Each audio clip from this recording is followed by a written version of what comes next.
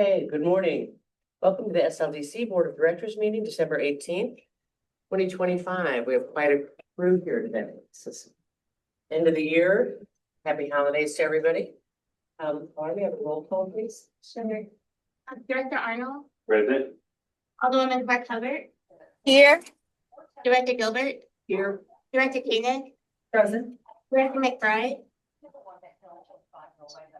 Alderwoman Sonia, Present.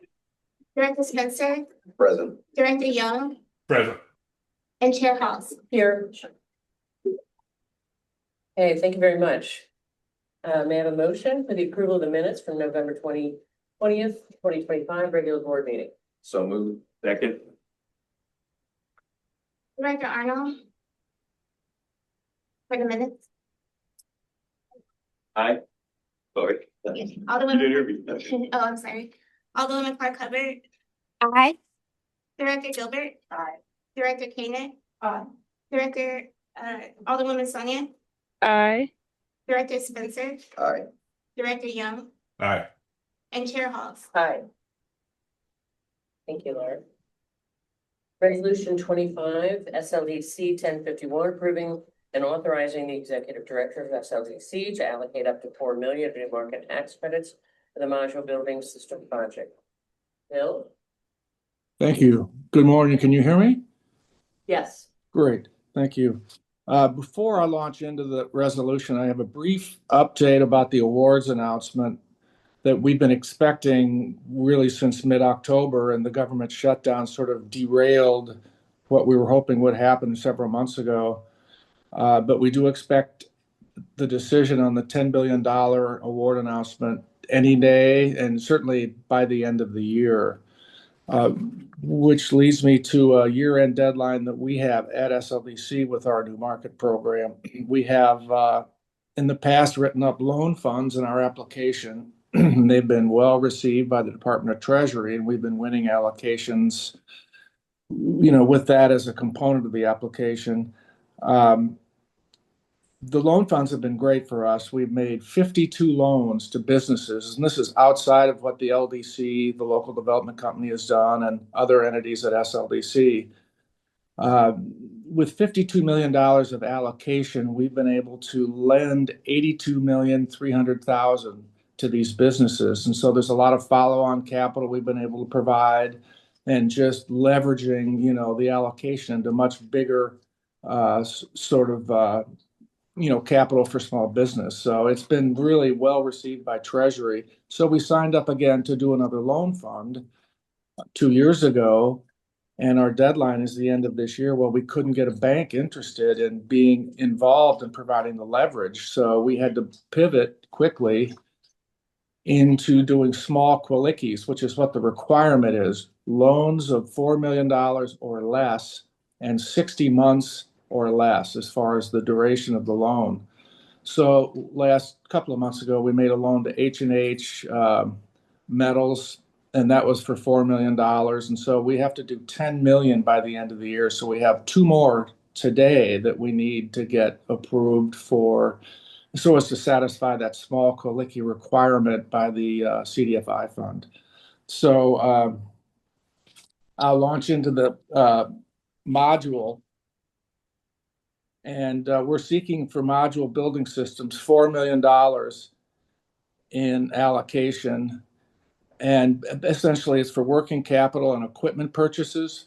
The company is relatively new. They're 3 years old. They're located at Rankin Tech right now, working closely with them, and they're creating prototypes and getting ready to launch their product. But they've leased a space on 20th Street, just north of downtown West, a 40,000 square foot space that's like the middle bay of a 120,000 square foot industrial building. When they are fully operational, they'll have 80 employees, 67 of whom will be in the manufacturing sector for them. And they can build homes quicker, cheaper, and, I think there's a market for it, not only in the city, but across the country. And this is our first module builder that we would have worked with. And I know that there's others lining up to provide that service.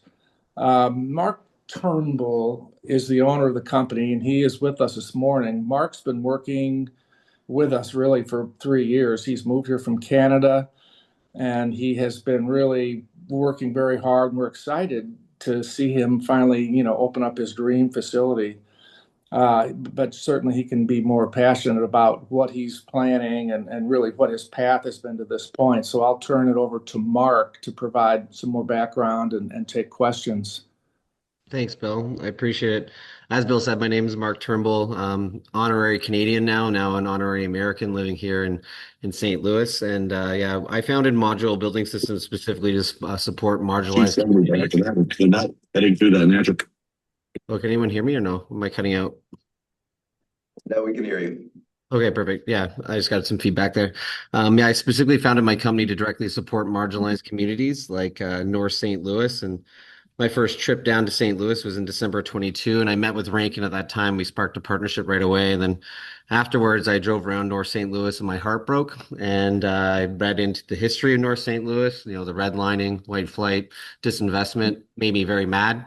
And I realized I needed to be in St. Louis. And thankfully, the community has welcomed me. And I have a great team down here too, and we're bringing a couple more Canadians in the new year. But yeah, I'd love to be. I'm just happy. I love the city, and so our company basically can manufacture. We manufacture panels. So basically, we provide.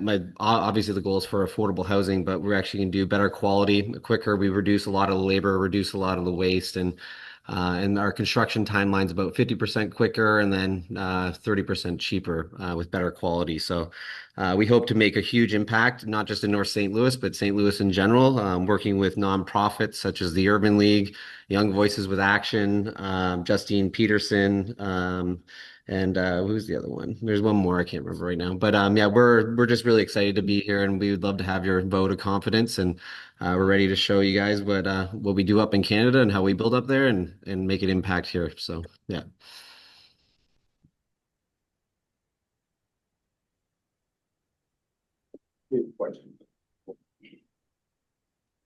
Questions?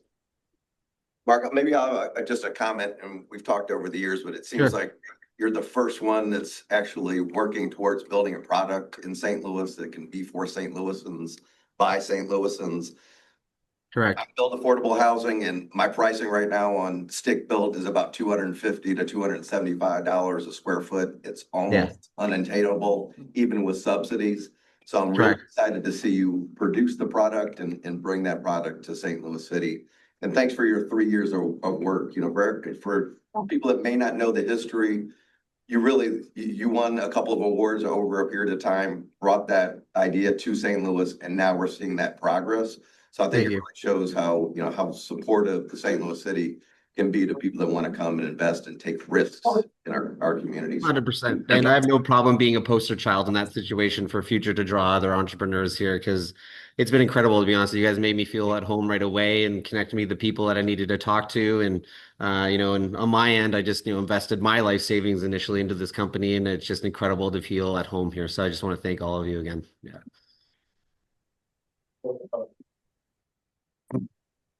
I'm curious what areas in North St. Louis you toured, and I know you mentioned some groups specifically, but did you tour them with those groups, or who did you tour them with? You know what's funny is I got to really, really know North St. Louis after the tornado. I had my whole team stop to do any work at Rankin. For a month, we're out there helping board and put tarps on roofs of residents, and I was kind of front line talking with them. Same with Steven. Steven's on this call as well too with me. He's my CSO, and Nicole Wales. And then we had a smaller team, only two other, but we actually worked at that time with Dream Builders for Equity. And we went around with their team just going there, and I got to see pretty much all of North St. Louis, especially in the path or the tornado impact. But our factory is going to be in Ward 14. So The Ville really needs a lot of support. The Vanderloo kind of all through there. To me, I'm not really stuck on one particular neighborhood. I just see the need kind of across the whole thing. And also with the LRA owning a lot of those properties, kind of the vision, at least we have for our team right now, we're going to start a separate kind of real estate fund, privately funded. And we want to partner with the LCRA, LRA to actually really start doing block by block community development, not really totally relying on public funds because I think there's needs to be someone who makes that initiative in the private sector as well too, and not get scared of, certain numbers. And I believe that we have the product to actually make those projects actually happen due to the price and speed that we can actually deliver those houses with. So yeah, and we want to make sure we're connecting with all the community leaders in each of those neighborhoods, including the older people as well too. That's super important. Last thing I want to do is do any bulldozing. Community comes first, and we want their feedback, and that's what we plan to do. So. That's encouraging to hear. Let me tell you, the public-private partnership projects are in just the 6 years that I've been down with the city at the Board of Aldermen. Those are the ones that I really see work.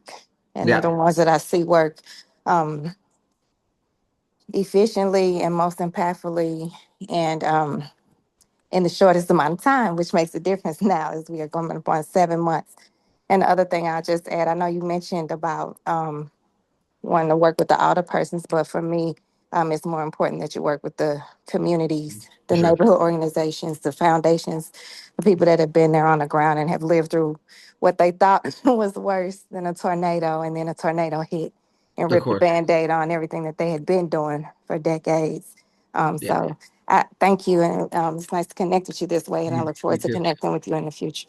No, for sure. And then even to add that too, I'm actually a member of the Heartland Black Chamber of Commerce. I actually joined that probably 2 years ago, 3 years ago, and kind of when I first, because I wanted to hear the Black community, as well there and meet the business owners and whatnot there. And having a partnership with Young Voices to Action and Farrakhan has been absolutely incredible. We're working on hopefully doing some projects up in Wellston, where he has some property up there and where his true impact is. But we look forward to connecting kind of all the community members that he's integrated with as well too, just so we want to hear the feedback before we start digging, before we start designing, before we start doing anything. We want to make sure that the community is comfortable with what we're doing and they like our designs and kind of our master plan, right, for that area or that block or whatever it is. Steven, do you want to add anything to that? No, thanks, Mark. Okay, I think that our development to address all the community's concerns, our development pathway is going to be fairly objective. We're starting with the opportunity that you guys are presenting us here with the SLDC award for hopefully some homes at, I believe it's Aldine. Aldine and Sarah. And we look forward to clarifying what that project is and prioritizing that for us in 2026. It's going to be one of our first kickoff projects. We also have opportunities in the Fountain Park area that are sort of front of the book right now, just from an underwriting and preparedness standpoint. Obviously, something to consider is that we do great building from the slab or the foundation up, and we do it very fast and efficiently. We've got to get the site, we've got to get through permitting, we've got to get through, whether there's zoning or any entitlements required, and of course, make sure that it's prepared for us. So there's a significant lead time prior to our ability to erect structures, and that's where we'll really start to shine. So right now, my focus is on sort of the go-to-market strategy, verifying that we have ready developments, and on the back end that we have a ready community available to receive it with the proper credit requirements of either users, could be affordable housing partners that we're working with in development, or it could just be market rate. Again, attainable is sort of our ethos. Yeah. So, there's really no magic to what our strategy is. It's finding the opportunities that we can make sure we're made whole on, and that the community is made whole on, and that benefit the community in the right way. Yep. Thanks. Hi. Um, can I ask how many homes, modular building systems have you all completed so far? And Sure. did you mention the specific cost per unit and also how many, the amount of the goal, how many units would you all like to build here or what that goal is? Overall, that's a great question. Built here in St. Louis, I'm going to say none because we came from Canada. We formed this company, was it 3, 4 years ago? And I was working for a separate company. I was actually doing my own development, stick built, traditional. And Nicole, she's not on this call right now, but she's our COO. She's the smart cookie. She has her law degree in construction, civil litigation as well too. And she's worked for, I think, 3 different offsite companies that are doing exactly what we're doing. And I personally probably built over 30 new builds up in Ontario, and then in BC, she's probably done over 50 at this point. So, in the panelized and offsite or modular construction world. So, and then we're actually bringing in 2 employees from Canada. That's all they've done their whole careers. One's a red seal carpenter, has a license, not a licensed architect, but a design architect and a design 3D CAD designer. So he's kind of a triple threat. And then we have a younger, almost red seal carpenter that's worked in panelized for forever. So we're pretty, if you're kind of wondering, are these guys qualified to pull this off? I tell you, we're more than qualified. And I made sure of that, and with my team underneath of me. And then Steven himself, who's on the call, he was the COO for Steinberg Group as well too. So from the development side, he's done stuff in St. Louis, Chicago, Phoenix, kind of all over the country for many years now. So got to build a superstar team to make sure you're successful. And oh, Nicole's here. Never mind. I didn't know Nicole was on the call. So Nicole, if you want to speak for yourself, please. I didn't know you were here. Didn't see you. Yeah. Yeah, that's okay. I thought I should turn my camera on so you guys could all see me. I am the Chief Operating Officer here, and I have done this up in Canada with 2 prefabricated companies as well. So I'm just bringing my experience down here in the operations field as well as the manufacturing space, having worked at Toyota Motor Manufacturing Canada for 7+ years. So I'm bringing that integrated with the law degree experience and then also the operations experience. Sorry about that, though. I am under the weather today, so I have the flu, so I'm just sitting at home and I have kind of a half brain going on right now. But if you do have any questions on the operations side, I'm happy to answer them. And construction, and maybe answer the pricing side because you do most of our quoting, Nicole. That'd be great. Yeah. Yeah, certainly. So we're building at 120 to 140 a square foot right now, and that is from the foundation up. And our timelines are, again, very quickly. For about a 1,500 square foot house, it takes approximately 5 to 7 days to manufacture in the facility, and it takes about 2 to 3 days to erect on site. That's to weather tight lockdown. And then about 5 days to just complete the finishes on site before people can come in. So I just want to also note that our panels go to site 90% complete with your windows, doors, cladding, insulation, drywall, MEP all installed. And that's why we can meet those timelines. I don't, so my specific question was how many units has MBS built before, modular building systems? How many homes have you all built before? And then I think I was trying to weave together the timeline that you named that you all can do it. You said $122 to $140 a square foot. What does that come out to per unit? I'm really curious specifically what you all have done, not other companies, since you all are the ones seeking $4 million in tax credit. You want for me, like I said, I've built about 30 homes up in on Southern Ontario myself. Our company ourselves hasn't done anything here. That's all. And then up there we were separate companies before we founded this company. So because we saw the inefficiencies in the industry within that company. Nicole, I know, worked for Purcell Timber Frame Homes. I actually worked there for a bit with her too. That's where we met. And then also Nicole's worked for, what was the name of it again, Nicole? What was the other company? Paradigm Building Solutions up in Barrier, BC as well, where we built passive house design. It was a 2x10 superstructures. It's the highest building standard across in the world. So essentially, it's a European design. And so that's where we're bringing our higher quality standards. To answer the question of how much it would cost, I'm just going to give you the average 1,500 square foot house at $120 a square foot. You're looking at $180,000. That is for to lock up state with your roof on, your windows, doors, all your cladding on, your MEP, your drywall. And then you're looking at about another $30, $20 to $30 a square foot for the complete GC package, to have essentially a home for somebody to walk into. Yeah. Um, I, this, obviously, because we had a tornado here, I've been learning a lot more about tornadoes. I mean, a lot more about modular housing and other forms. Um, 30 homes, how long is it that you guys did not? I guess for me, if it's such a quick production time and the production costs are low, 30 homes just seems a bit low to me. Is it that you guys are a newer, were you a newer company? Were you just diving into the work? I'm just curious about that. Where we were doing multi-million-dollar homes. These a lot of the panelized companies, they don't focus on the affordable housing market. They really focus on, you're talking about 15,000 square foot homes with huge vaulted ceilings, timber frames. Even what Nicole is saying is passive homes. So average passive home has a 10-inch envelope instead of a standard 6 or down to 8, sometimes 12, right? So you're going to pay a lot more for that. But we learned from that industry and how, those tricks and how to apply that so we can get a, affordable quality. I hate the word affordable, attainable housing, for people that need it the most, right? So, yeah. Yeah, and to add on to that, the labor force in Canada is a lot different than here in the US. So we didn't have access to the same labor.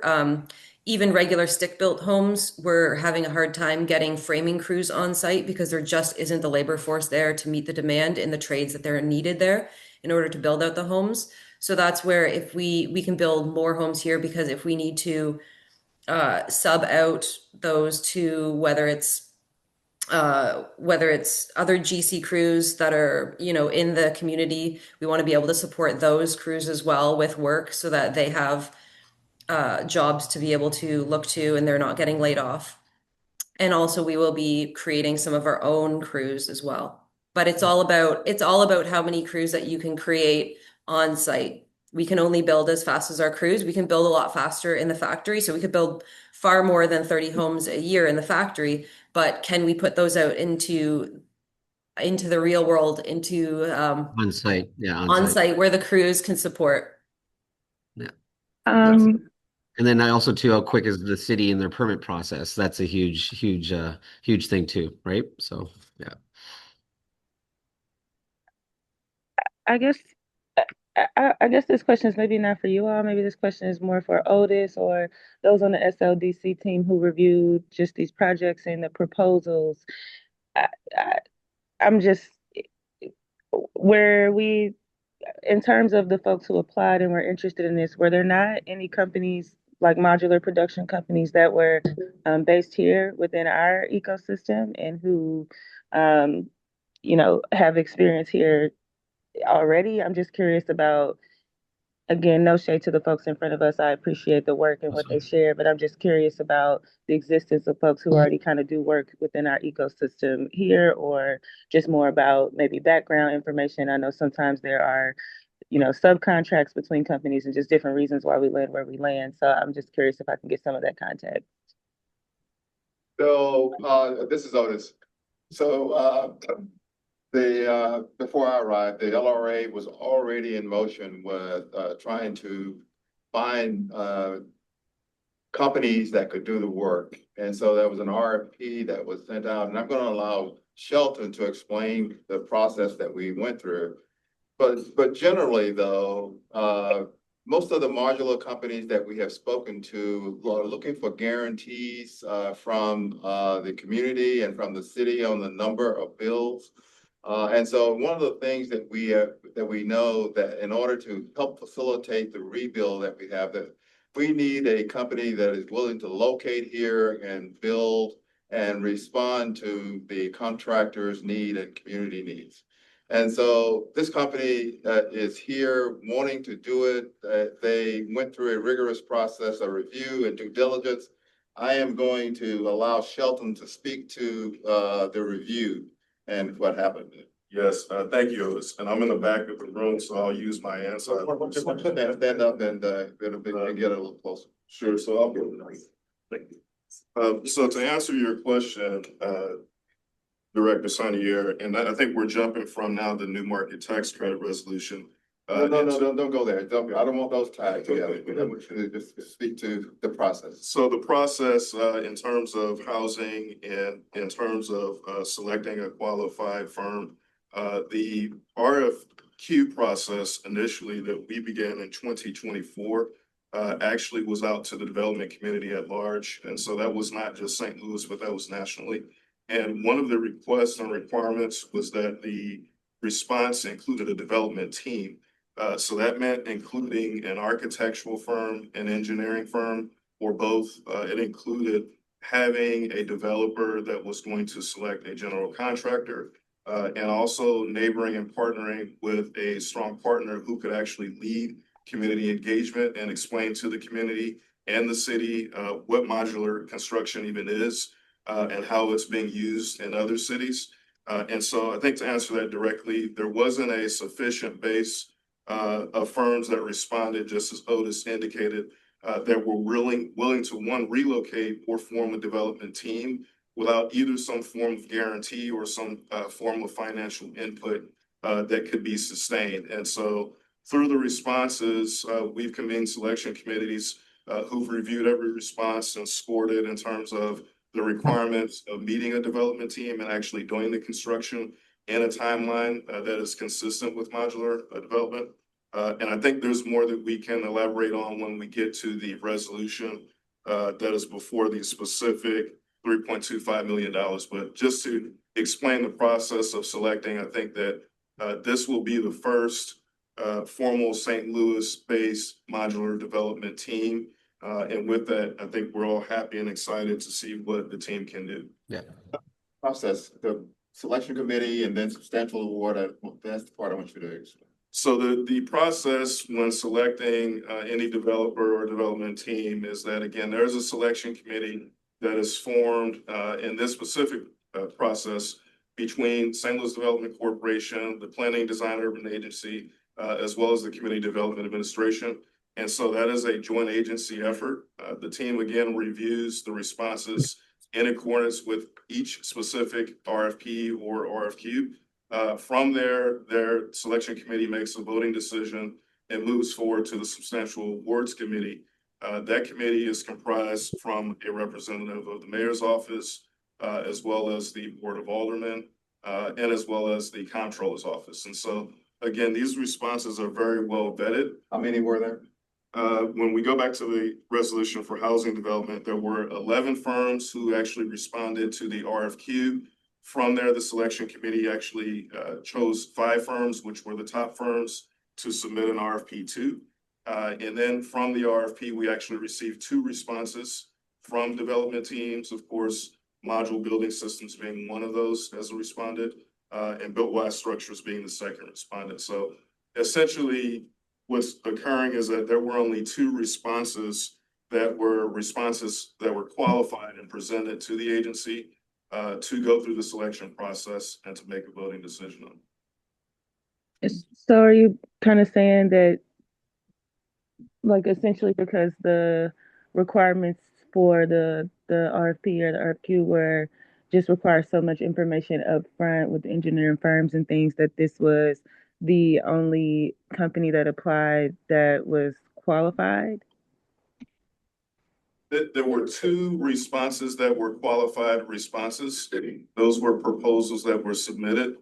However, between the 2, the selection committee voted to move forward with Module Building Systems based on its qualifications and also based on the fact that it actually has relocated to St. Louis and began the process of forming its operations. And also because there's some additional components, which again, I can let Mark and his team talk about, which are more involved relating to the relationship with Rankin, the relationship with other partners who are already moving and supporting the work, as well as really thinking about workforce development and training for both students and both the workforce. So the added component of not just having a development team, but also looking at a proposal that the selection committee feels is going to have a workforce component that can revolve and actually build out additional modular homes.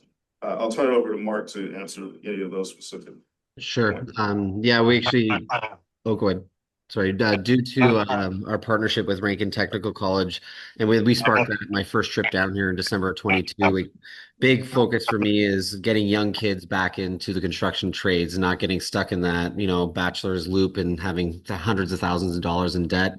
Whereas, we have workforce training with Rankin, so it's with their students, and we're also looking at hopefully working with Slate and a few other community organizations where we can bring young people, old people, depending, that want to learn modern methods of construction, not just basic construction skills like carpentry, plumbing, electrical, etc., but learning how to actually apply this to our CNC line, right? We're ordering about just under $2 million worth of CNC equipment that basically can streamline. That's how we can output homes so fast. And it basically cuts and nails and everything down to the 16th of an inch.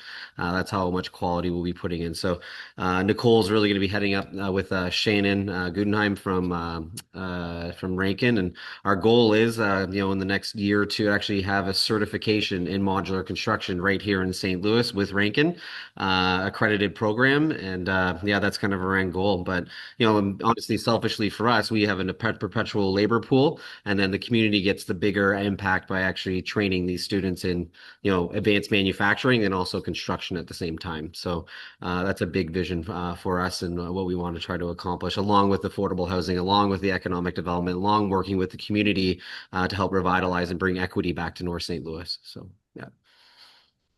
Yeah, thank you. I don't know.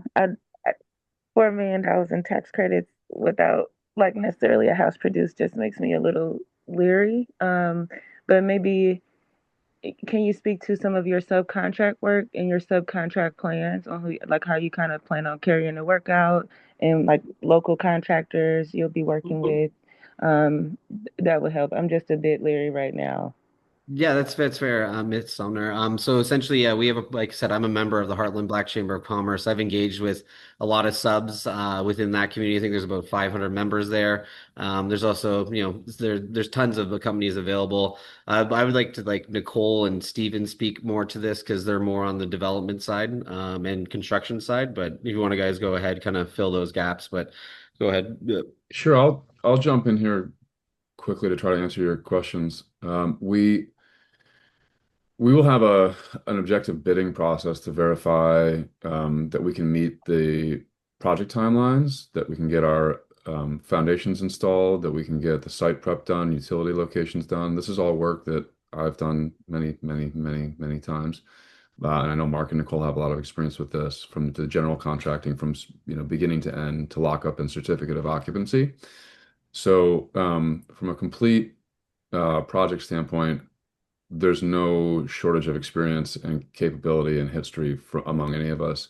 The subcontracting parties will be objectively sourced and bid. We're trying to develop relationships that will last longer. So this initial process will be from an objective qualification of, can you perform? Can you meet our standards? We have, and Nicole can speak to this, but we have pretty tight design standards of up to a 16th of an inch for accuracy of studs and locations and design specs. So our foundation wall and those partners have to be specific as well. We're working on qualifying those teams and making sure that they can meet our standards. So that's just part of like a normal general contracting process, architectural review, and qualification. So then once we have site prep and module, we'll do the work in factory to build the walls, the panels, delivered to the site, installed. And I want to just reassure you, I've studied this deeply because I had the same concerns when I was coming to work for Mark and Nicole at Module, and think about, am I taking a risk on some advanced technology? Is this like SpaceX trying to rebuild the house? And it's very much not. We have a sample wall panel that's in the trunk of my car right now that I'd be happy to bring down and leave at the SLDC that you guys can all poke at and look at. It's got this complete materials sample of what we'll be doing. It's effectively stick built. All of our products are off the shelf. There's nothing that's been invented to go to space here. We do have some really high quality materials.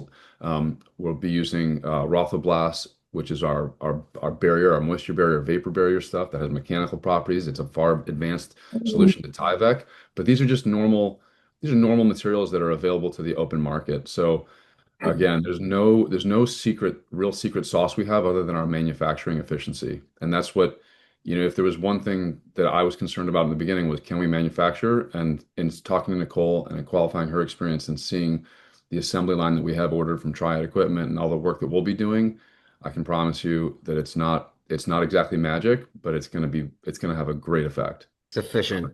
That's Yeah, it. Yeah. that's it. It's an efficiency that we're achieving. There's not a whole lot of other mystery behind our secret sauce. It's just efficiency. Yeah, Thank you and all just for, oh, sorry. Oh, sorry, Alicia. Just to speak to the general contracting and sourcing of labor, we are sourcing from the community. I have obtained numerous business cards from all sorts of individuals, all sorts of trades. I'm particularly interested in women in trades and, of course, minority-owned businesses. And so I will be directly reaching out to all of those sources to help with our roofing, to help with in any way that they can, whether it's plumbing, mechanical, electrical, or even within the factory, if anybody is seeking to do something a little bit different, which I have found that interest in. They've been in the field for a long time. They've never done anything in advanced manufacturing, bringing them in, being able to work with them, whether they have experience in advanced manufacturing or not, and being able to build them up to have this new experience and be able to put that on site. I'm really sorry. I'm on a lot of medication right now, so I'm Okay. having a hard time. I'm on like peak flu right now. So, but essentially, that's our goal, and we are really dedicated to building up the community, having them come in, train them in areas that they need to be. It doesn't matter whether they're green. It doesn't matter whether they're 50 or 15, whatever in whatever capacity that you want to learn building or any trades, we are there to be able to support the community and help them and build up those jobs. My goal is to be able to develop people to start their own businesses and be able to build up the people around so that they have some sort of inspiration in construction that's different than a traditional construction firm has at this time. Nicole? Yes. Nicole, first of all, thanks for joining us, being so safe. Have you connected with the nonprofit community for possible funding for some of the trades? I have not, no. Maybe we could connect on that later. That'd be great. That'd be great. Be a great idea. The other question I have is you mentioned that once fully operational, you anticipate supporting 80 full-time positions. And also, it looks like you're going to be the production will be in second quarter of 2026, which is marvelous. Yeah. What's the difference between production and 80 full-time? I mean, and what's fully operational? I was at that's 80 over 5 years, right? It's, initially, right now, we're like we have our kind of core team.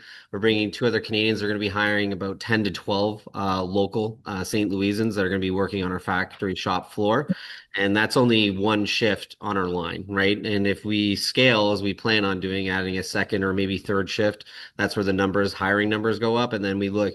Then I hope at the end of this year, or mid next year, we'll be purchasing a second line for our facility, and then we'll be hiring more on top of that. And also the adjacent space to us. So we're kind of in the middle of that North 20th Street block there, of the building. And we actually have first right of refusal in our lease for an additional 60,000 square feet next to us to comply with the new market 7 years. We're in there for 7 years. We signed that lease, but wanted to make sure we had an opportunity to expand. And currently that space, what is it, Busky Logistics, they do stuff for AB empty bottles. We have first right of refusal, and they're moving out of there as well too in the year. So we're hoping that everything kind of works well. We really get rolling in this year. No one takes it over, or at least we have the opportunity to expand into that space as well too. So yeah, just wanted to add that. But, yeah. Super, thank you. Yeah. All right, any further questions? I have a couple more comments. I just want to thank you all again for coming and speaking with us, especially again, you, Nicole. Speakers, you all, bless your heart. I did have some additional sustainability, since I've seen what a tornado can now do to a 3-course big 3-story home. So I had those concerns and questions. I also had some concerns and questions about insurance. How are they easily insured, or are there challenges with insurance as I'm dealing with that and navigating that with constituents? But I'm not wanting answers for those now. I know that's a different part of this process, right? I just want to also thank every one of the marks. I know it wasn't the No, lead. no, Steven has my name on his name for some Okay. reason. Yeah, sorry. How did that happen? Steven, you taught me something today. I'm gonna use that word attainable instead of affordable when I'm getting beat up for being a proponent of affordable housing out in some parts of my award. I'm gonna now say attainable, right? So just thank you. I know you said that Fountain Park was in the forefront that was mentioned. So if anybody is local and would like to take advantage of some of that lead time that was mentioned today, Fountain Park is having their Christmas party for their children on Saturday. I can connect with you with that information. It'd be a good way to meet people where they are, which is important when you're trying to build community. So again, thank you, and I look forward to hearing more about this. Thank you. And can I just say one thing at the end here? One of the things that SLDC is about is trying to get new companies and to develop companies. And this is one of the ways that we're doing it. This company has gathered together a lot of talent and have experience, well, not as a company, but with others.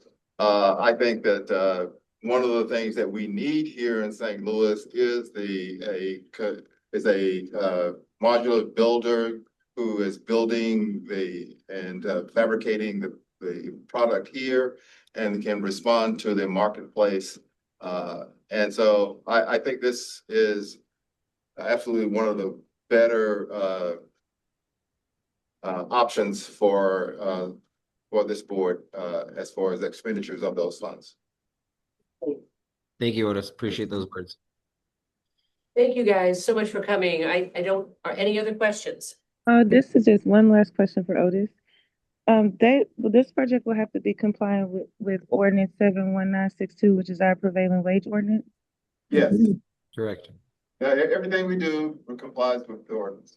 Okay. And then to give some, our lowest paid employee on the shop floor, Alicia, is going to be $20 an hour. That's green, no training, no high school, nothing. We can train them, and we're providing full medical benefits for all our employees. Just wanted to, and that's already in place right now. So, thank you. Thank you very much. All right, with no further questions, may I please have a motion to approve resolution 25 SLDC 1051? So moved. Second. Director Arnold, Yes. Alderwoman Clark Hubbard. Aye. Director Gilbert, Aye. Director Koenig, Aye. Alderwoman Sonia, Aye. Director Spencer, Aye. Director Young, Aye. and Chair Halls. Aye. Thank you, Laura. Okay, next up, resolution 25 SLDC 1052, approving and authorizing the executive director of SLDC to allocate up to $4 million for new market tax credits for the Urban Sprouts Child Development Center project. Bill? Thank you. We are seeking approval to suballocate up to $4 million of new market tax credits to the Urban Sprouts Urban Childhood Center. And this is another working capital loan. And this will be paired with an $8 million allocation being provided by Justine Peterson to assist in the financing of the campus expansion and service expansion. It's a $13.7 million total project. This will allow them to serve 40% more children and families. So it's a definite large expansion and well needed. They have some 650 people on their waiting list, so they are definitely in high demand. Alicia Lanier is the founder, and she's the executive director as well, and has a strong background in early childhood education and advocacy. And she started Urban Sprouts in 2009 in a small building sort of adjacent to Heman Park in University City. But with such success, she then 3 years later opened up another small facility in Olivet. But again, great success forced her into a consolidation, and they're now on Olive in the building they moved to in 2017. So this is an expansion of that facility, and it's about a mile or probably less than a mile from the city.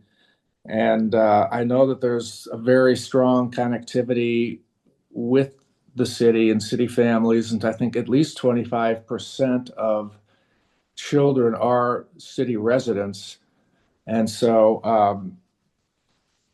I think it's probably worth hearing from the company about other things they're doing to support activities in the city through mental health and providing, you know, food and so forth because of the SNAP issues. There have been sort of discontinuations of some of the food programs that have been available. So Joey Saunders is here, and he is their uh, chief strategy officer, and so he's really the guy to go to for kind of a deeper dive and to provide background. So I'll turn it over to Joey. Sure, absolutely. Thank you. Thank you so much for your time. It's good to see some familiar faces and proponents of early childhood education. I'm really excited about our expansion, and I'm really touched and excited to be able to share this with all of you and have you consider new market tax credit allocation for such a project that's near and dear to my heart. Um, Early childhood education is something we know that's fraught with access and equity issues. So, Alicia Lanier, our founder and executive director in particular, founded this school for her daughter because she was not seeing the sort of quality of care that she was giving to other people when she was working in corporate child care. And so it's really rooted in the idea that no matter your race or your income level, you're able to get an excellent early childhood education. And in that vein, about 76% of those who attend urban sprouts are not private pay families. They attend completely free thanks to financial assistance. Um, and our center happens to be NACE accredited. So that's a level of attainment and excellence that's only achieved by about the top 10% of early learning schools in the nation. As you can imagine, that's generated great demand of over 650 families on our waiting list. So we are eager to expand to meet more of that demand, but to grow at a responsible rate given the teacher shortage. Um, so we've determined through a feasibility study about a 40% growth, so that we have capacity to serve 200 children in the school is where we want to start. But we also know children do not operate in a silo. So in expanding our campus, we're taking research from Aspen Institute and other mountains of research involving what children really need to succeed. And that's why we're investing in their families through a two-generation approach, as well as their educators. So the campus would have, yes, new classrooms, but also a two-generational support center where those families can come and get alongside their children mental and physical health care resources for screenings for vision, hearing, dental, an on-site PCP, a place where they can get blood draws and then go immediately in the same building to receive WIC services because we're also in a WIC office desert. Um, Alongside financial literacy courses through our partnership with Carrollton Bank so that we're always an engine for economic mobility. And then directly to the west of that building, we're also constructing a cafe called Cafe Au Play that was a name inspired by the children. And the idea is during the day, it would operate much like a regular cafe, and the revenue from that would be put back into the nonprofit to help fund scholarships. Um, uh, the workers would be sourced through Show Me the World project, which would give entrepreneurial skills to local high school students. And then in the evenings, because of a policy shift, we needed a place for families to be able to consume on site meals if they were qualifying for the food program, because in the past, we noticed children really were going hungry a lot if they didn't have a consistent source of food from the center.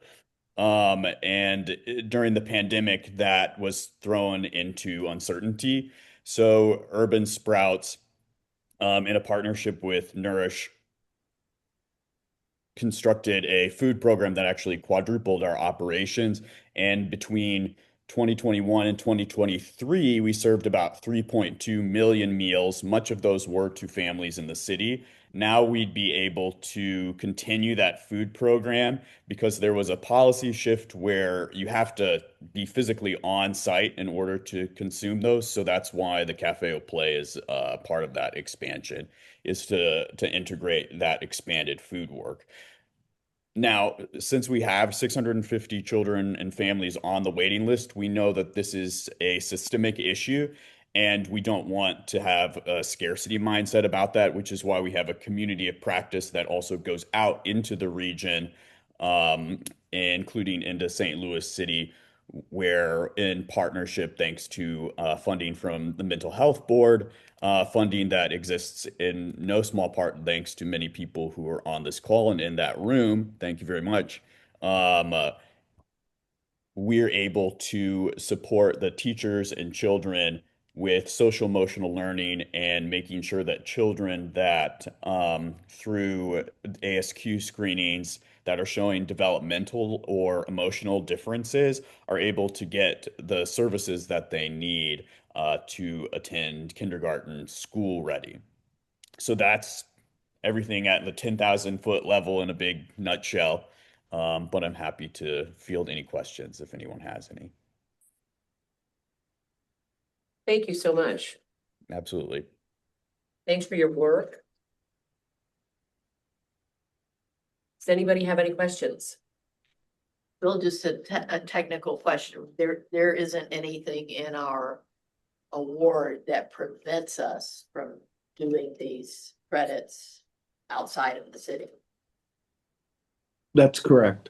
Our service area is the entire metro, including Illinois. And that's what we established when we first launched this program. And we did one project in Illinois, and we were intending to do one in St. Louis County, and that got shifted into John Steffen downtown, consolidating two allocations. But yeah, we can do projects in the county. And this is our second one, actually. We did the City Jump earlier this year. But as we write in our application, our credits are for the city. But in this case, we had a need to place credits and they had a need to fill out their capital stack, and it just worked. So, but it's not our expectation that we'll do a lot of St. Louis County deals, but this one seemed to have such great connectivity to the city that it was sort of an easy one. But no, good question, Laura. Thank you. I just want to echo the things that Mr. Seddon and Joey, I'm sorry, I said about the work that Urban Sprouts does in the work and advocacy that I've done, not just in policy, but on the ground with early childhood education. I've seen this with my own eyes. It's transformational what they do with children and families at Urban Sprouts. And again, the things that Bill said and Mr. Joey said were absolutely true. And I encourage anyone who's questioning it to go spend a second, let alone any amount of time at Urban Sprouts. You'll feel it when you walk through the doors. So I'm excited to be able to support this project today. Thank you, Alderwoman Clark Hubbard. I appreciate you. I just wanted to add, just on the record, that one of the things that I think is important for just members of the public know or people watching, one of the things that I like about you all's program is just the way that you do your prioritization, that you do give priority to foster children and also on a case-by-case basis to siblings of current families. I know that there's a lot of that is probably one of the things I hear most from families who have siblings is trying to keep their children in the same place. And obviously the prioritization of, foster children that we know have a number of additional challenges to their development, and challenges to stability and security are really important. So just wanted to make sure that that was on the record, since the public doesn't necessarily may not be reviewing what we're reviewing or seeing what we're seeing. And then in regards to what was mentioned earlier, I did want to highlight, I saw that it noted that 25% of you all students are city students. So I think that's also just important to put on the record too. And then my only question is just in regards to that 25%, do most of those 25% from the city, do they attend for free? Or I'm really just trying to get an idea of the demographic makeup of those 25% of students that are from the city. I believe so. Yes, and thank you for pointing that out. So basically, as somebody's applying to be at Urban Sprouts, that prioritization essentially is you're actually less likely to get a spot if you're a private pay family, because we have more spots that we have held for those fully scholarship slots. And then basically through speaking with a family advocate, those experiencing more financial distress and other factors like homelessness, for instance, or foster care, those bump you up on the list. So you're more likely to get in faster in those experiences. So I really appreciate you pointing that out. So yes, our city residents, I'd have to double, triple check on that, but just off of the top of my head, the majority, if not all of them, are part of that 76% that are attending for free. Okay. Well, thank you. I'm in the boat with the Alderwoman from the 10th that I'm also a strong advocate for early education. I think it's incredibly important. That field and industry is facing a ton of challenges. And actually right now when we had the tornado, we had the majority of our child care providers were actually in North City. And so they've been largely impacted by the tornado, and it certainly caused additional shortages because there were already shortages and gaps in the space. And so thank you for you all's work. Thank you. Thank you. Bill, I've got one question for you. Laura stated earlier about the location. Obviously, we're here to hopefully support city projects, but on the reporting side, are we looking at measuring the outcome and the outputs of city residents and city staff at Urban Sprouts based on this allocation? No, I don't think we have to bifurcate it. I mean, we will probably report on the entire organization and who they serve. I mean, what we're providing allocation for is for them to expand their services by 40% as far as the seats for the early childhood kids. And that's an important number for us. There's not, I mean, right now I think they have about 40 jobs. And so this is not a big job creation project for us on the reporting side, but the services provided, that's key. And certainly we'll get credit for wherever the kids live. So did that answer your question? Supportive of city-county partnerships in any way, but just wondering if we wanted to see that information as it's reported back to SLDC as it's measured for the city and not just in I general. think we can ask for that back. Yeah, I don't see why that would be a problem. Okay. And Thank there you. are some things that are connected to specific tranches of funding, like what we do for the mental health board, that we already will have data that's specific to city residents and children. So some of that's So what we will do is in the disaggregated. agreement that we will have a requirement to provide the impact to the city. Okay. Thank you. Thank you. Any other questions? Joey and Debbie, thank you. Thank you. Thanks so much for presenting. At this time, I'd like to make a motion to approve 25 SLDC, resolution 25 SLDC 1052. So moved. Second. Director Arnold, Aye. Alderwoman Clark Hubbard. Aye. Director Gilbert. Aye. Director Koenig. Aye. Alderwoman Sonia. Aye. Director Spencer, Aye. Director Young, Aye. and Chair Holmes. Aye. Thank you. Okay, at this time, Stacy, I believe, was presenting on resolution 25 SLDC 1053. Approving and authorizing capacity building for minority contractors work program contract 269091 between the city of St. Louis, through its Community Development Administration in St. Louis, SLDC, for the calendar year 2026. Stacy? Thank you, Chairman Hall. Good morning, Board of Directors and Mr. Otis Williams. Today, I'm before you asking for permission to approve and authorize the work program for contractors for capacity building for minority contractor program for our year of January 1 of 2026 to December of 31st, 2026 for approximately $110,000 through the Community Development Administration. As you guys may be aware, we've done this program many years, working with minorities and women to build capacity. But you also are aware that we are in the midst now of basically codifying our disparity study that we did, which is going to require some changes to the current ordinances on the books. And so one of the things that came out of that disparity study talked about us having a more robust and intentional program to help small and minority businesses be successful. In the past, some of the things that we have done to build capacity for our minorities have been our bidding and estimating academy, which basically helps them learn how to appropriately bid on projects that is placed in our plan room.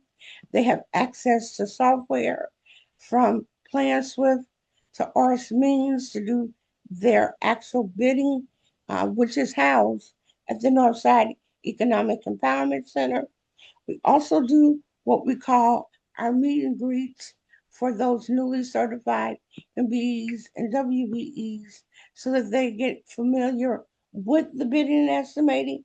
They get familiar with the Northside Economic Empowerment Center, and they also learn how to use the plan room, where any city incentivized project that is coming through the city would be posting those opportunities in the plan room and notifying those minorities and women of those opportunities at least 30 days before the bids are closed. One of the other things that we did, which was really different because of the tornado, Marla and her team, they basically started working very closely with the recovery group to identify and help those minority and small contractors make their information available on a list and resource so that as residents needed help, they could identify individuals. They also did something called a DIY event where they were assisting contractors who wanted to come and learn how to do some little practical, easy things, more like handyman repair to help individuals around the community if there's something that they weren't already doing. Some of the other things that we've done is our procurement boot camp, where we're identifying opportunities beyond just the construction, but on the supplier diversity side of the house, opportunities for them to learn how to become vendors, to learn how to begin to bid through Thank those you. Are you processes. still frozen? You can't hear me? Now we can. Sorry, you froze there for a moment. Oh, okay. Sorry about that. Okay. Procurement opportunity boot camps for them to learn about other opportunities and educating them on that contracting process. So as we get ready for 2026. We know that there will be changes. We know that we will be building out some different types of workshops and opportunities for our minorities.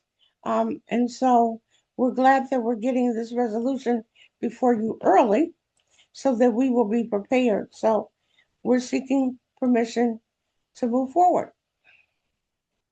Thank you. Thank you very much, Stacy. Are there any questions? Stacy, I'll start. How are we measuring progress beyond the participation in terms of getting certified, the bid submitted, and the contracts won? Because the small and medium-sized minority-owned businesses are the ones that I see getting squeezed out of our system. So how are we tracking that? And are there any improvements you think we can make to the program to ensure more success?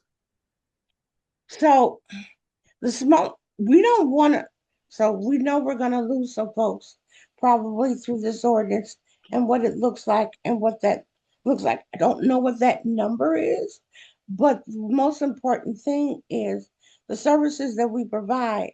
There is no cost to them to engage. They have to engage with us. We are there every day. The software is there every day for them to be able to come and utilize and be competitive, because at this point, and I'll be very honest, this community is used to getting work because they're minorities and women. Now they're going to have a paradigm shift where they're going to be getting work because they're the best carpenter or they have this niche, and they have to begin to market themselves that way. They have to begin to talk about who they are that way. And so the resources are there in the center to help them. We track everybody and anybody that comes through the process. So it's up to them to engage with us. We ask them to engage with us, and so they start and then they stop and then they come back. But we don't care. Wherever we're going to meet you, wherever you are, and we're going to try to fill those gaps and holes to make them be successful. So maybe I can address this. We are, and I think some of the concerns is, are we doing what we need to do on the certification side to ensure that everybody is certified and recertified? So to that degree, what we are going to do is add a third party to Stacy's effort to help us eliminate that backlog. And so Stacy is doing that as we speak. Yeah. The next thing will be to take a look at the compliance program to make sure that we are following whatever the new ordinances are that are provided. So this is the one thing that we need to know is that in order to execute this program, the total cost is probably somewhere between 1.7 and $2 million. You guys are looking at 100,000 of that. So every little bit that we get to help support the program allows us to then have a better program and to add resources to the program. And so that is, where we are. We understand that we will have new rules maybe not new rules. There will be the rules that are in place that will be modified or enhanced. We will make sure that we have a team that can do that. The thing that we are doing is, and I commend the team, compliance team, is a very thorough review at the outset, and we will be establishing rules for developers and contractors where the initial meetings will be more important than anything that will happen on a project, because everybody on that project, all tiers, will need to be in the room to hear what all of our requirements are. So there will be new emphasis and new procedures that we will have going forward, where everybody knows up front what the requirement is. And at the end, we will do as we are, which is if you don't meet the requirement, then you don't get the subsidy. In terms of this being a resource, I'm fully supportive of it, but I also love to see what comes out of providing that resource. So I know there's a lot of changes going on, but I'd really love to see more information about the small and medium-sized businesses and the contracts they're actually able to secure instead of maybe the same old companies that really understand how to maneuver within our system. So good luck. Okay. Thank you, Stacy. Yeah, and I need to modify a little bit what I said. If you meet the goal, but then if you don't, we need to understand and be able to measure what the good faith effort was. And which is still a of the. Yep. So 2026 will be a lot of training because we want to make sure that the community understands the changes that have been made and how it affects them. And that definitely will fall up under this program. And for the board to understand, we are continuing to have outreach and conversations with all of the different groups. And we will be continuing to have conversations with the Board of Aldermen as we prepare for the next board. Thanks, Otis. Thank you, Stacy. Does anybody have any further questions? I do. I was curious about do you all know how many certifications are waiting in the queue right now? And how many certifications we've granted this year? Oh, I can get those numbers for you. Just off the top of my head, when I looked last, we might have 30 new applications, no expansions. And for renewals, we might be at about 150 now. And do you know and I know this is like going to be difficult because obviously it's going to change based on who's applying, but an estimate of an average time period from application to authorization? It varies. And the reason it varies is because we're pulling documents and information from businesses. Some people give it to us quickly and they move quickly. Those people who are still trying to pull it together and identify the information, it takes longer. And so it's so hard to say it is the team who's not moving certification. It takes all of us to make that happen. If everything's in order, we're not slowing people down. They slow themselves down because they're holding on to documentation or they won't give us documentation. Like I have a person who won't give me her taxes right now and she wants to come before the board.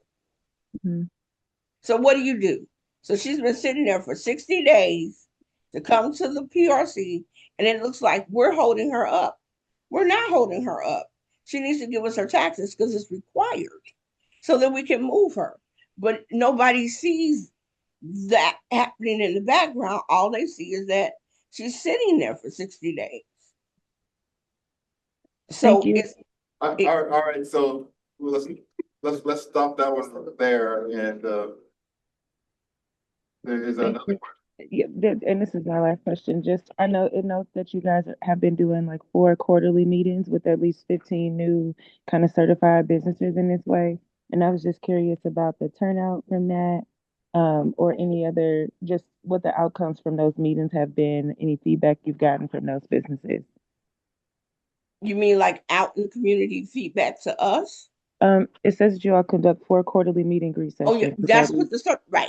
So what we do is every month we certify new companies. We invite those companies to come. We introduce them. It's kind of like an orientation where we say, here's the plan room. This is where you can find opportunities. This is what we do for procurement boot camp. So we're walking them through all the different services that are available to them in this space for them to be successful. So, and we invite GCs like McCarthy and Carlson and different people to come and do talks about what works, what doesn't work, how do I work with you? Because each of those companies is different. So normally it's really, we invite the newly certified folks. We don't stop anybody else from coming. So whoever got certified in that quarter, we invite them to come And I would say we would get about 50% of the people that we've certified. Thank you. Sometimes more. Thank you. Thank you. I'm going to, out of respect for everybody's time, it's a busy time of year. I'm gonna ask that if you guys, Alderwoman Saunier, maybe some of these questions, That was my last question, so you're fine. I'm sorry. That was my last question, so you're fine. Oh, okay, thank you very much. All right, wonderful. Any other questions? Okay. May I please entertain a motion to approve Resolution 25 SLDC 1053? So moved. Second. Director Arnold, Aye. Alderwoman Clark Hubbard. Aye. Director Gilbert. Aye. Director Koenig. Aye. Alderwoman Sonia. Aye. Director Spencer. Aye. Director Young Aye. and Chair Halls. Aye. Thank you, Laura. Resolution 25 SLDC 1054. Approving and authorizing an annual administrative work program contract 269090 between the City of St. Louis through its Community Development Administration and St. Louis Development Corporation for the calendar year 2026. Charlie? Thank you, Madam Chair. This is a resolution that approves the acceptance of funds provided by CDA, which sees SLDC as carrying out its national objectives of creating low-mod jobs and removing slum and blight. They're providing us, I think, 500,000 for the calendar year 26.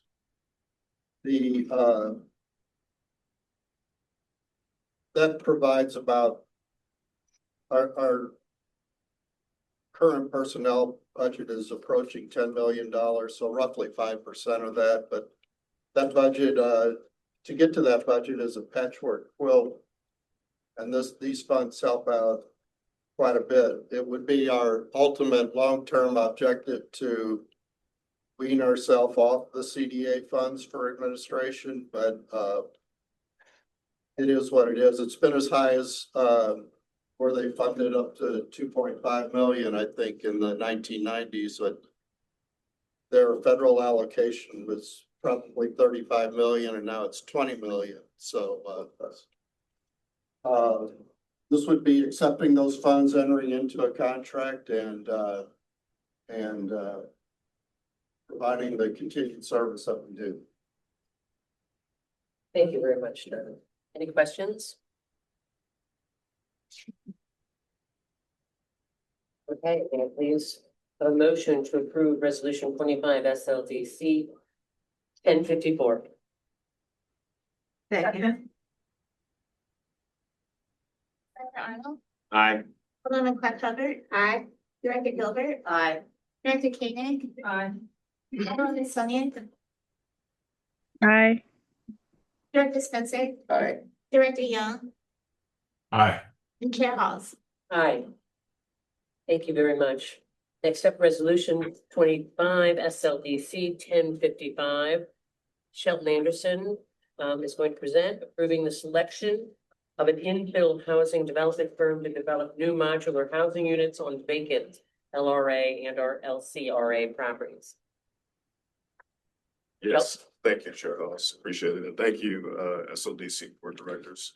So as previously noted earlier, this resolution, simply put, and to clarify, is not a resolution to ask for additional funding.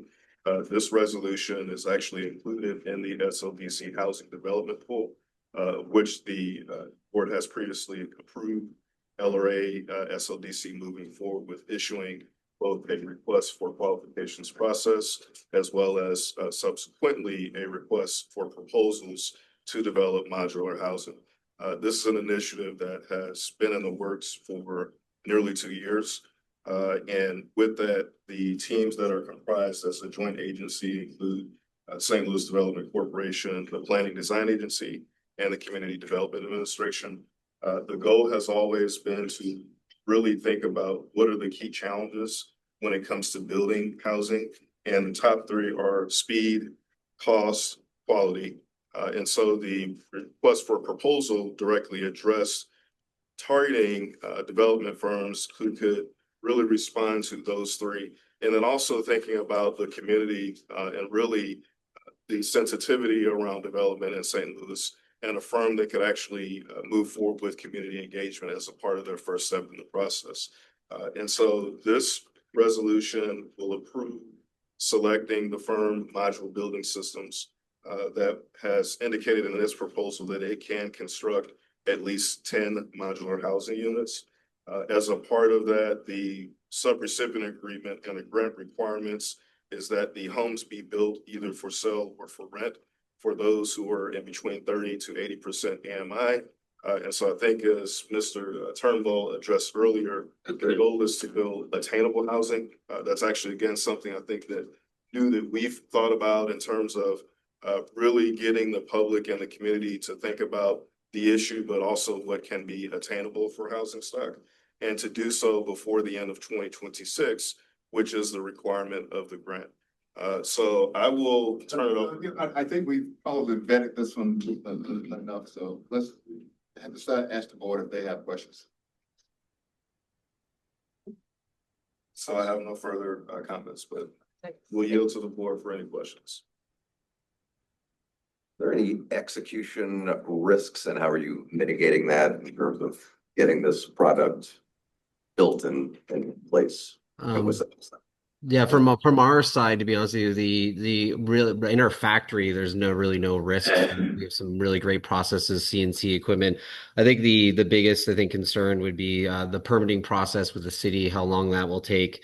The infill, if there's any houses that have been kind of, old houses that have been collapsed and infilled over, we see that as kind of a potential problem barrier. But when it comes to the actual construction, getting the subs in place and delivering the units or homes, we're pretty confident on our end that we can deliver there. It's just the variables and the bureaucracy and the site itself. That's the only thing that we're really seeing.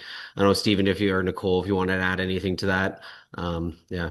I think, Mark, you covered it. I think it's just there might be some unknown factors. As we know, the history of demolition in the city may have been to just knock it infill and cap the land, and what lies underneath could be just something of an excavation and haul off challenge, and could just change the nature of the program a little bit. But we don't anticipate any major concerns. It's been both the blessing and the curse of North St. Louis is that it's a lot of blank canvas and open land to work with. What about the equipment? Has that been ordered and scheduled for delivery? And that's probably the biggest concern I would have. Yeah, correct. Yeah, we've made our full deposits on all our equipment. That includes with Triad. Parent company is called Merrick Machines, but Triad is the subsidiary that's providing. They're actually based in Grand Island, Nebraska. All those deposits have been made. They're currently manufacturing them, and they'll be delivering them kind of in chunks beginning in January into February. We expect to be fully operational on that line. I'd say March. I'm hoping, barring any delays on their end, but we'll be ready to go in our space. We get our keys to our 40,000 square foot facility on January the 1st or 2nd, because it's not a working day on the 1st, obviously. So, but yeah, and then we've ordered a whole airline system for nailing guns and screw guns, and then we also have a crane system going in. We already have forklifts ordered. They're ready for delivery right now. They're actually the company that's been holding them for the last 4 or 5 months right now until we move into this facility. So from our end, we have all our bases covered. It's really just on our suppliers right now, and they've given us confidence that we'll be ready to go at beginning of Q2 of next year. Yeah. Thank you. I think for the board's edification, that $210,000 to $215,000 per house price is at 80%. So you're right in that range. And if we don't have to use subsidies to get to that price point, that's where we're going to be able to start really scaling. So good luck with everything. Yeah, exactly. And that's kind of the ultimate goal, right? Like I said, I don't want this to be cheap, affordable housing. This needs to be quality, attainable housing. I think that's how you really bring kind of equity back to North St. Louis. Because in America, when you hear affordable, you think Section 8, you think rundown. That's the exact opposite. Why I founded my company is to directly support marginalized communities and manufacturing attainable, sustainable housing and quality housing. Yeah. Thank you. And not to belabor, but very quickly to also answer your question, Director Spencer. So during the RFP process, both respondents had the opportunity to inquire very specific questions that were design, permitting, and development related. those actually went to the appropriate agencies, the planning design agency, as well as getting information from the permitting office. So all the agencies understand the urgency around supporting this initiative and being able to move forward to help alleviate roadblocks along the way. Thank you.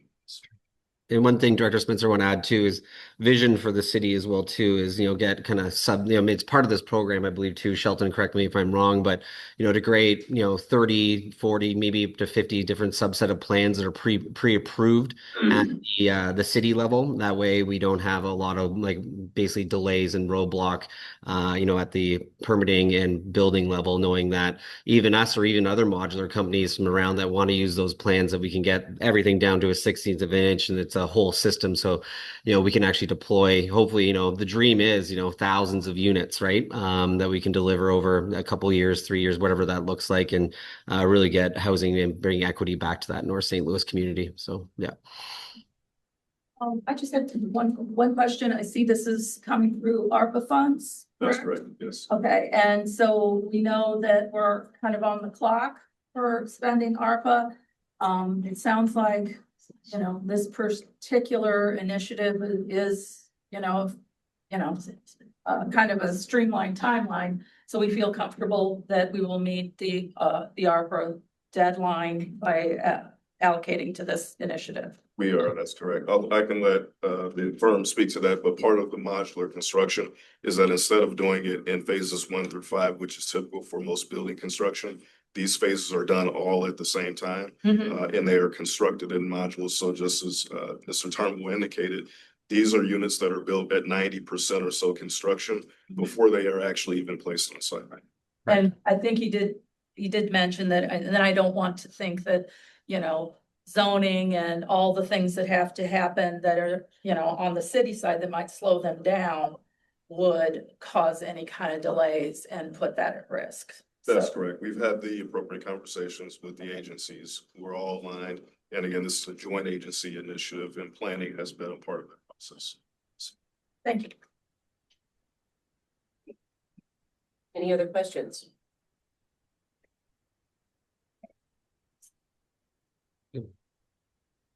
Thank you. Sorry, before you guys move on, I just wanted to address Stacy. I don't know if she's still in the call regarding the, minority businesses, contractors, and that we would love to connect with her and see how we could support her initiative, with hiring in our facility or using subs that are coming through that program for our projects as well too. So just wanted to put it out there before you guys take the next step and move on. That's all. Yeah. Thank you, Mark. I'll reach out. Thank you. Great. Thank you. Okay, at this time, I'd like to entertain a motion to approve resolution 25 SLDC 1055. Second. Director Arnold. Aye. Alderwoman Clark Hubbard. Aye. Director Gilbert. Aye. Director Koenig. Aye. Alderwoman Sonia. Aye. Director Spencer. Aye. Director Young. Aye. And Chair Halls. Aye. Thank you, Laura. Thank you, everyone. Looking forward to working with you all and making a difference. Appreciate it. Thank you for your support.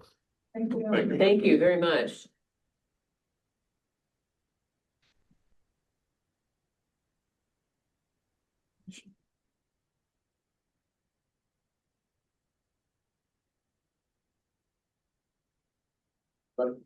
Jumping back and forth to different worlds. Yeah. Okay. Okay, so there's Okay, we're going to switch up the agenda, and we are now going to, rather than go into executive session at this time. Madam Chair, I think we'll just move the executive session item, the employee handbook, to January. So we won't have a need for executive session today. Oh, we're eradicating. If the board agrees. Thank you. Okay, all right then. Charlie Hahn is going to present on fiscal year 25 annual. Thank you, Madam Chair. You don't want to cut any more, do you? Thanks, Charlie. We're not going to. So our fiscal year ended June 30th, same as the cities, and the auditors are tying the ribbon, so to speak. So this is I'll add 2 adjectives here. It's a final draft. as far as we know, and we've been given permission to hand it out to the public. So the numbers should not change, but I think there's just a tad bit of work to do yet on it. Any material changes will be back before you. The other thing is it's described as a, on the agenda as an annual report. It's an annual audit report. So it differs from the annual report that we normally do. The firm that provided the service was Marshall Trelaw and Jeffrey Randall, a company, I think it is Jeffrey Randall and Associates. I'll let Mark Graves from Marshall talk about the audit, but I just wanted to mention that. And by the way, Marshall Trelaw is a mid-size CPA firm, and he can correct me when he gets up here, but I think they have about I'm going to guess anywhere from 50 to 70 employees. They specialize in governmental, not-for-profit, federal grant type stuff. So does Jeffrey, and they can again correct me if I'm wrong about that. The audit report that I went through looked like a clean report. They can talk about that. There's just one thing I want to mention, and that is the net assets, which you have assets, liabilities, and a category called net assets is equivalent to like retained earnings or equity. We had a 1.2 million increase in our net assets. And that is important, especially when I talk about applications to new markets like Bill Sutton was referring to.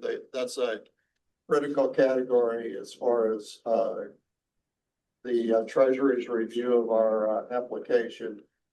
They like to see it A, positive, and B, incremental, and it matched both of those. It was a positive number, and it increased from 400,000 last year to 1.5, 800,000 to 1.2. So I'm going to turn it over to Mark Graves and let him talk about whatever he wants to talk about. All right, and he knows to speak as quick as possible. This is a hot seat, I think, so I'm going to grab this one. With no executive session, that gives me an extra 45 minutes at least. Watch your shins.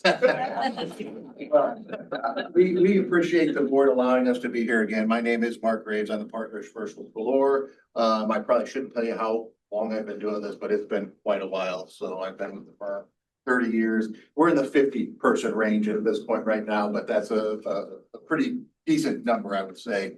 I am going to go through fairly quickly, so I'll just start getting right in there. So as Charlie said, our firm, Marshall Trelaw, issues the audit report. Our partner, Jeffrey Randall, and his firm, Randall and Associates, has been our partner for forever, almost, I think. So they help us out as well with the field work throughout the audit process. We'd like to thank Charlie, Chris, Joe, really the whole staff is at our disposal when we're out here. And I say that again, we are out here on site for the audit. It makes our life a lot easier. We had to do it remotely a couple of years in there during COVID, and that is not very efficient at all. So I think everybody has a copy of the audit. I truly am gonna rifle through it really quickly. I do have some professional standards I'm required to kind of lay out there for you. I call them the ground rules, but we have one responsibility. That's to give you an opinion that these financials are in accordance with generally accepted accounting principles, which I can happily report that they are. The audit was appropriately planned. We did not deviate from that plan at any point throughout the process. We have obtained an understanding of internal controls that gives us a sense of how much testing we need to do. We don't do a special audit, if you will, of internal controls, but we have an understanding of the controls that are in place, and that kind of guides us as to how much testing we need to do. Management, you all are responsible for these financials. So these are your financial statements. I have an audit report. Everything else is yours. This includes the selection and utilization of accounting policies. We have 10 pages of accounting policies, but as you can imagine, an organization of this size, that's appropriate. Those policies are being followed on a consistent basis. There's also accounting estimates that that come into play. And so whether that is collectability of receivables, the actual value of property held for development, allowances related to that, those estimates are tested as of as of June 30th. Those are appropriate, but again, estimates sometimes at the end of the day may not come out as we expect, but we've tested those as well. There were no disagreements with management. Charlie and his team did not demand that we account for something in a way we were not comfortable with. So as that happened, everything went as we would have hoped. So as Charlie said, this is financial information from June 30th. So we are talking about 6 months old. So I am going to try to go really quick. If there's specific questions you had, we can come to those pages. Or if subsequently you want to pass those along to Charlie, we can address them as well. So SLDC does report in accordance with governmental accounting standards. So in essence, if you looked at your table of contents page, there's kind of 3 sets of financial statements. You have the statement of position on page 4 and the statement of activities on page 5. That basically presents 100% of the activity of St. Louis Development Corporation. There's the next kind of set of financial statements. The balance sheet on page 6, the statement of revenues, expenditures, and changes in governmental funds on page 8. And the primary difference is this kind of tries to capture, if you will, kind of the near term, interim inflows and outflows of activities. It's not quite cash basis, but it's kind of like cash basis reporting. So it's kind of a subset of the initial set there. Then there's also proprietary fund statements. So the garages and the parking facilities that SLDC runs, those are kind of set aside separately as a proprietary fund. So with that, the Governmental Accounting Standards Board requires the management discussion and analysis that's right behind the table of contents. So those are Roman numerals 1 through 5. And this is kind of the one spot that you're going to see comparisons between 2024 and 2025. The rest of the statements are really just focused on the 2025 numbers. So there's some narrative in there about kind of how did we get from 2024 to 2025. A lot of times, folks that don't like numbers, that's a nice way to just get a summary of what happened for SLDC during the year. So moving past that, a couple of pages in is the independent auditor's report. And I can tell you it's an unmodified report. It's the best report you can get. That's what everybody would expect. When the auditors that do the city get that financial statement, they will say that is what we expect. And I mention that because SLDC is a component unit of the city of St. Louis. So that means that this information is included in their annual audited report. I'm part of you, I guess. So SLDC is reported as a discretely presented component unit. So it's kind of set off to the side. And it's done it that way because truly SLDC is a separate legal entity, but they are under the umbrella of the city. So they're reported like that, always have been as well. I am going to hit a few quick highlights. If you just turn to page 4, if you're attempting to follow along, which is the assets, liabilities, and net position that Charlie had mentioned. So as you look at those numbers, we have total assets of just under $135 million at the end of the year, an increase of about $1.8 million. Cash balances of about $77 million are pretty consistent with where they were at the end of last year. Again, those numbers will ebb and flow year over year, but the cash balances are all diversified across various banks, different facilities. So that's all under control as you would hope it would be. Capital assets increased about $800,000. Some of that is related to, we had decreases in the governmental activities. That's the first column. That's mainly depreciation expense on most of the port fixed assets. And then we see the proprietary funds had increased capital improvements of about $1.8 billion to your capital infrastructure for the parking facilities. Other assets, if you compared those, the current and the long term, increased about $1 million over last year as well. And really that's all a function of the additional ARPA funds that you've had. So you will actually see in the liabilities, we see an increase there with ARPA money that have been received that haven't been spent, but you'll also see that we spent a whole lot of ARPA money in 2025. So that gets you to your total net assets and liabilities, results in a net position of $37.4 million. And 25 million of that are capital assets. That is an increase of 1.2 million from last year. Charlie might have said a decrease the first time, or I wasn't listening right, but he got that. But like you said, a positive increase is always what we kind of like to see. And anybody from the outside looking at that, that's what they hope to see. So with that said, page 5 is the revenues and expenditures. Again, this statement, if you look at it, it identifies expenses in that very first column. It really is to kind of drive home the fact that SLDC does have a fiduciary responsibility to the citizens of the city of St. Louis. So it kind of captures that expense item first. When we talk about the expenses were up almost $21 million this year. And really, almost all of that can be pointed right towards the ARPA funds that have been distributed during the year. So we additionally see an increase in expense of $8 million increased in improvement work in the NGA development area as well. So about $21 million of expenses improving the city, basically. Revenues were up about $21 million. That increase, again, federal grants increased $16 million, and that is the expenditure of those grants. So across all of your entities, SLDC, LCRA, LRA, all of that saw spending of ARPA funds increased in the year. We also saw some operating revenue increases that are in that charge for services column, and that is where the funds for the NGA work came from. So as we said, if you get all the way to the left side, you'll get to a total change in that position of just under $1.2 million. So like I said, the management discussion and analysis gives you a lot of back and forth and kind of how did we get from 24 to 25. Following those financial statements are those ones that the other statements I talked about. So 6 through 12 include kind of that subset, proprietary funds. After that, we have 10 pages of accounting policies that are in place.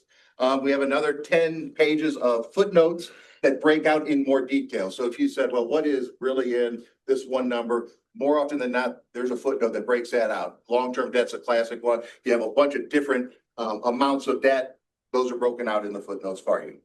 Now, I will tell you, there is a supplemental schedule as well. If you went all the way to the back on page 33, that sets in place basically your consolidated schedule. So if someone only cares about LRA, they can flip to the back and they can just look at that column and see what's going on there. And if you keep on going, the schedule of his federal expenditures, you will see you had total federal expenditures this year of just under $30 million. And that is a lot of ARPA money. It's a few other bucks in other places, but it's really a whole lot of work. And that numbers have been flowed over the last few years. 24 was about 14 million. The year before that was an initial big jump of about 23 million. So a lot of federal funds are rolling through SLDC and being put into the city. Various internal controls reports follow that. We had no findings, no concerns from that nature. And so from that standpoint, everything happened as we would have hoped it would have. So if you flipped along with me fast enough, you have reached the end of the report. Like I said, I did go through it very quickly. There was a time about 20 years ago that the chair would look at me and say, you have 5 minutes. And I won't name any names, but whoever knows, knows. But I would be happy to take any questions. I know more often than not, if you ask me, I'm going to defer to Charlie, but we can really start there. Yeah, I just want to mention one thing that Mark is, I think, a lifetime city resident. Yes, I am. Knows the city very well. 12 blocks. And I think Jeffrey spent some time in the city too. It's right. Mark, under contingencies and litigation, what's the threshold? What's material? You know, and I used to write down the materiality levels that we have. We do look at each individual entity on a separate basis. I would have to, I don't want to shoot from my hip and say this is our materiality level. Okay. And we certainly use a materiality level really as a guide for our testing as well, because there's no reason to look at pennies and nickels. But there is a point also at which if there were contingencies that were fraud related, something like that, anything like that, it'd be disclosed in more detail, but I can certainly follow up and give you kind of a sense of where that's at exactly. I will do that. Thank you. Yeah.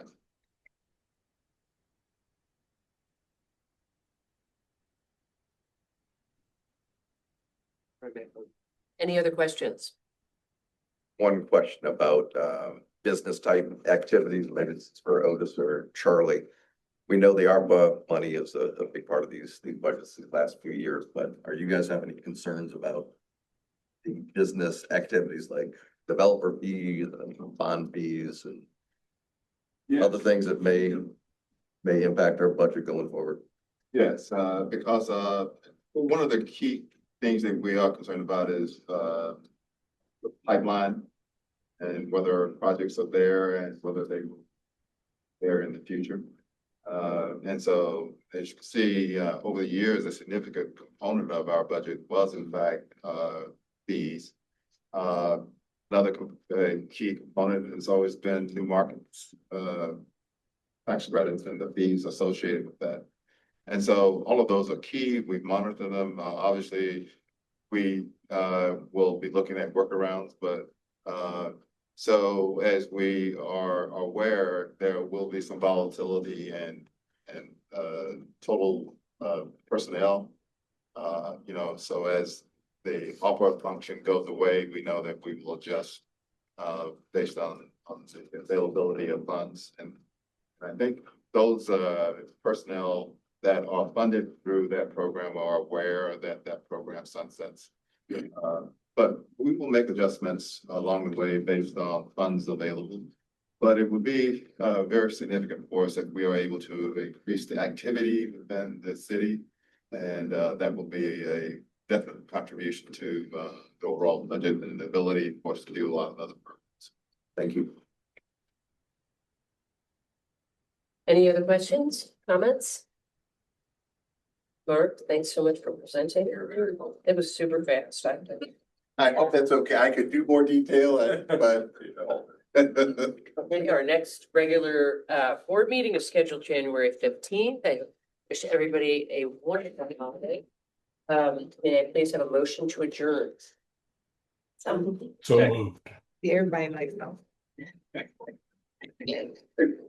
Can I just say thank you all to all of the, particularly the board. I mean, volunteer thing for you all, but a necessary activity for this, but the SLDC body as a whole and for the city. So we appreciate your services, and I want to wish you all a very happy holiday season and Merry Christmas to those who celebrate Christmas. To all of you, all of the help over the years. You know, so I just to look back, so it's sort of nostalgic a little bit, but to see you all here and the kind of support that you all provide is very much appreciated. And so thank you very much. Thank you. Happy holidays, everyone. Thank you.